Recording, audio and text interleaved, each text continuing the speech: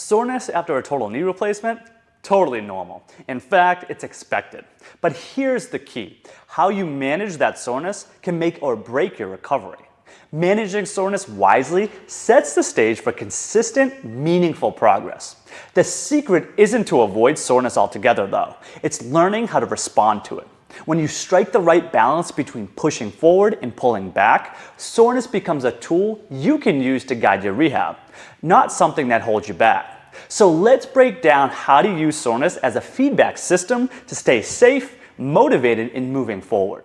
Soreness is your body's way of giving feedback. After surgery, your muscles, soft tissue, and joint are working hard to adapt, heal, and rebuild strength. Soreness is part of that process. It often means you're challenging your body in the right way, stimulating change without causing harm.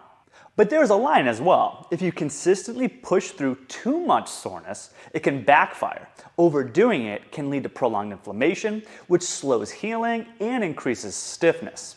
It can lead to compensatory movement patterns like limping, which can throw off your recovery. It can also increase fatigue and create setbacks, making it harder to stay consistent.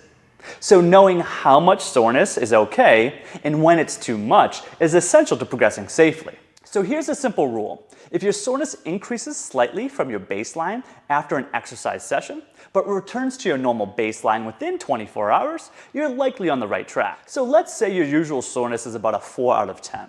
If it bumps up to a 6 after you exercise, that's fine as long as it comes back down to that 4 the next day. But if it stays elevated or gets worse the following day, that's a sign you pushed too far and should dial things back a bit. This 24-hour check-in gives you a built-in way to monitor your progress and prevent overuse before it turns into a setback. As a general guideline, up to a 3-point increase in soreness compared to your baseline during or after exercise is acceptable. But anything beyond that, it might be your body's way of saying, not yet. Pushing past that threshold too often doesn't speed things up. It risks slowing them down. Rehab is a long game, and protecting your progress is more valuable than pushing past your limit on any single day. Great rehab lives in the middle ground. Not too easy, not too intense. Here's how to stay in the sweet spot. Adjust the intensity.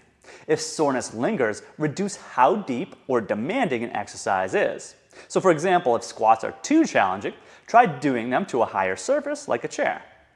Modify volume. Too many reps or sets? Cut back slightly until soreness levels out. Listen to your body. Sharp or stabbing pain is different from typical soreness.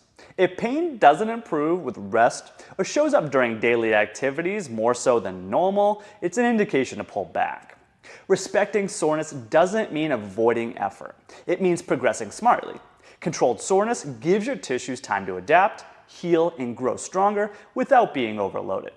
Because when you stay within the soreness limits, you reduce the chance of forming bad habits like limping, you move more confidently and efficiently, and you stay consistent, which is the single most important factor in successful recovery. Consistency builds momentum, and momentum builds results.